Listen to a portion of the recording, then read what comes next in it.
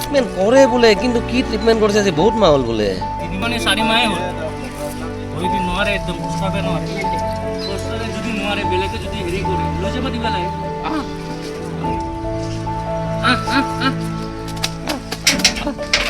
আরে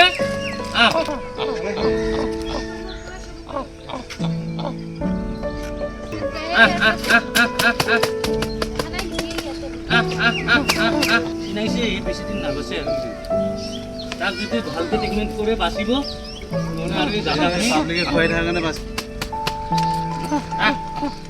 এইখিনি আগতে কিমান কষ্ট ইমান দূৰ আহিছে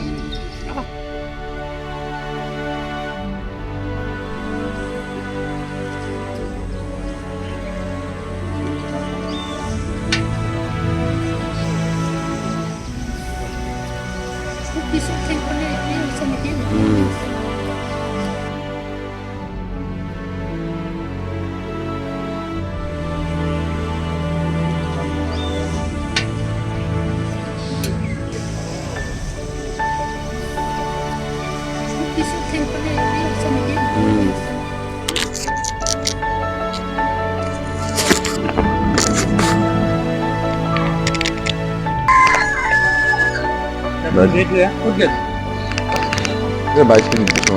Det kan jag säga.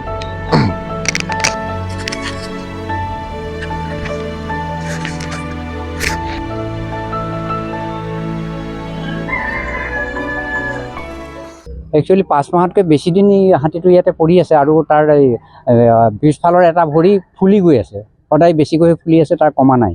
আৰু ফৰেষ্ট ডিপাৰ্টমেণ্টৰ মানুহ আহে, কিবা কিবি দিয়ে, দি গুচি যায়, আৰু সেইখিনি চাফিচিয়েণ্ট নহয় বুলি আমি ভাবোঁ। আৰু এই হাতীটো যদি প্ৰপাৰলি ট্ৰিটমেণ্ট কৰে তেতিয়াহ'লে ই ভাল হৈ উঠিব, আৰু এনেকৈ যদি থাকে ই মৰি থাকিব। ডাইৰেক্টৰ কাম ডেফিনেটলি কৰি গৈছে। আমি শুনিছোঁ যে ডেইলি ইয়াক খুৱাবৰ কাৰণে 2500 টকা ডিপাৰ্টমেণ্টৰ পৰা পায়, কিন্তু সেই হিচাপেতো আমি খুওৱা দেখা নাই। গতিকে এই প্ৰব্লেমটো তেওঁলোকে জীয়াই ৰাখিব বিচাৰিছে, যাতে এই টকাটো আহি থাকে, ফাণ্ডটো আহি থাকে, আৰু তেওঁলোকে ডাইজেষ্ট কৰি থাকে। ইয়াত পৰি নাথাকিলে হয়, ভাল হৈ গ'ল। মানে স্থানীয় মানুহৰে অসুবিধা হৈ আছে, কিয় তাক খোৱা লোৱাখিনি ব্যৱস্থা কৰিব লগা হৈছে।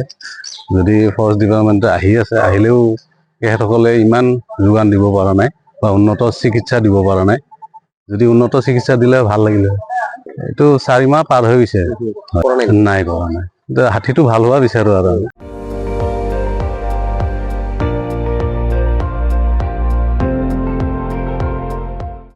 আপুনি চাই আছে ND24, সৰ্বশ্ৰেষ্ঠ নহয় সৰ্বোত্তমৰ দৌৰত।